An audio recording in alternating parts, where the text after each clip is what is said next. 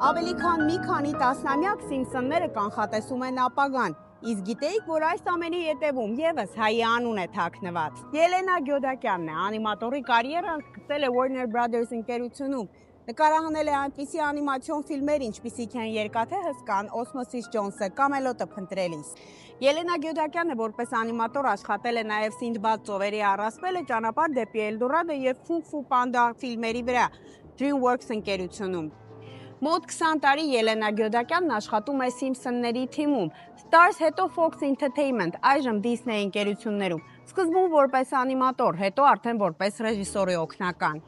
3 անգամ այս աշխատանքի համար արժանացել է Էմմի մրցանակի։ Այս ամենին զուգահեռ Ելենա Գյոդակյանը շարունակում է հանդես գալ նաև որպես նկարիչ ու քանդակագործ։ Նրա աշխատանքները ցուցադրվել են միջազգային մեծ ցուցահանդեսներում այնպիսի քաղաքներում, ինչպիսիք են Լոնդոն, Նյու Յորք, Լոս Անջելես, Մոսկվա, Տոկիո եւ այլն։